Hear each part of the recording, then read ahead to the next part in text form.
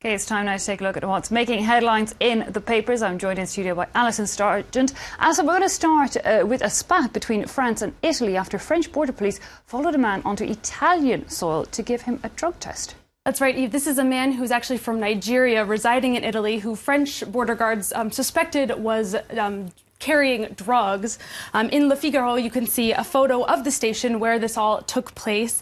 They asked him to get off the train in Bardonecchia, a station just over the border, so that they could give him this urine test, which actually came back negative, it's worth saying.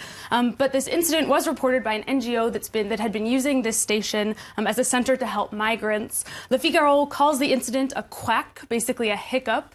Sort of just a small blunder that happened, but that they say it has escalated into a diplomatic imbroglio after the heated reaction from Italian politicians. And indeed, there have been quite heated reactions. The leader of the far-right La Liga, for example, said Italy should be expelling French politicians as a result. That's right, and the reaction was quite strong from newspapers as well. I pulled out a couple of front pages actually from yesterday to give you a sense of the reaction. Italy's communist paper there, Il Manifesto, says the incident was on the border of reality, so basically they find it totally unbelievable. La Stampa, meanwhile, says France has violated Italy's borders. La Stampa is a center-right paper. As you can see, really the whole political spectrum has been sort of up in arms over this. And finally, the most indignant paper of all is the paper Il Resto del Carlino. They single out the French president on their front page. They say Emmanuel Macron is an invader. Indeed, not the only Italian paper to point the finger at the French president, specifically his new immigration policies coming under fire. Right, the left-wing paper Repubblica says that this has really shown France's true face when it comes to borders and immigration. They say, since the day he was elected, Emmanuel Macron has shown that he's really ready to be arrogant and inhumane when it comes to the Italian border, and that it's a price he's totally willing to pay to satisfy and rein in the nationalists on the French far right. And in another article, La Repubblica points out the difference between what Macron says and then what he actually does. And they say, the French president talks a lot about European solidarity, but when push comes to shove, he's essentially trying to build walls, just like Hungary, Poland, and Slovakia. Ooh, tough talk there from the Italian papers. What are the French papers saying? Well, the French press is sort of defending French customs officials a bit. They say that the officials actually did have the right to be in this station in Bardonecchia, and that's according to a French-Italian agreement that dates back to 1990, according to French papers.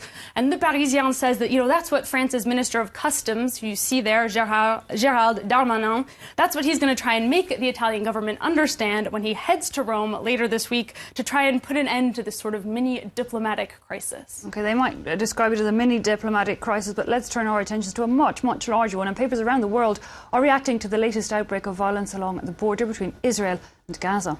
Right, over a dozen Palestinians were killed in the clashes on Friday, making it sort of the largest outbreak of violence in the area since the 2014 Gaza war. Israel has rejected calls from the international community for an investigation into those deaths, as we can read here on the front page of the Jerusalem Post. The United States, meanwhile, has used its veto to block a United Nations statement on the clashes. And because of this, we've seen quite some frustration from the Arabic language press.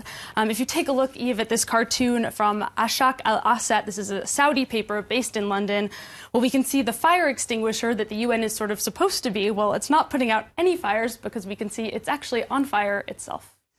Well, we're going to talk a lot about the Gaza border clashes in the next hour with our international affairs editor, but let's move on to what I'm hoping is a slightly more hopeful topic. Papers marking the anniversary of American civil rights icon Martin Luther King. Right, this is the 50th anniversary of his death. It's coming up on a Wednesday, April 4th. And their tributes have been sort of coming in throughout the papers in the past week, and a lot of people are planning tributes of their own in the United States. I pulled out this article from a local paper in Mississippi. They're reporting that a group of teenagers actually is walking all the way from Mississippi to Memphis, Tennessee, where King was shot. They're walking 50 miles total, so that's 1 mile for each year that it's been since his death. You can see a photo of them there. There are five of them are black, one of them is white. They say, they don't only want to honor King, but they also want to show how racial justice and reconciliation can be advanced by the next generation. They've also been getting a lot of honks and support from passersby and one person described them as smart kids trying to help the future. I have to say, it really is the next generation that seem to have taken things into their own hands in the US. Even I just wanted to show you one last story that's sort of also in this spirit of breaking down racial barriers and stereotypes. This is one of my favorite articles I read over the weekend. It's a report about the Compton cowboys. They're a group of black cowboys in Compton, California. That is the Compton made famous by the rap group NWA, straight out of Compton. So it's also quite known for being very violent, lots of gang violence there.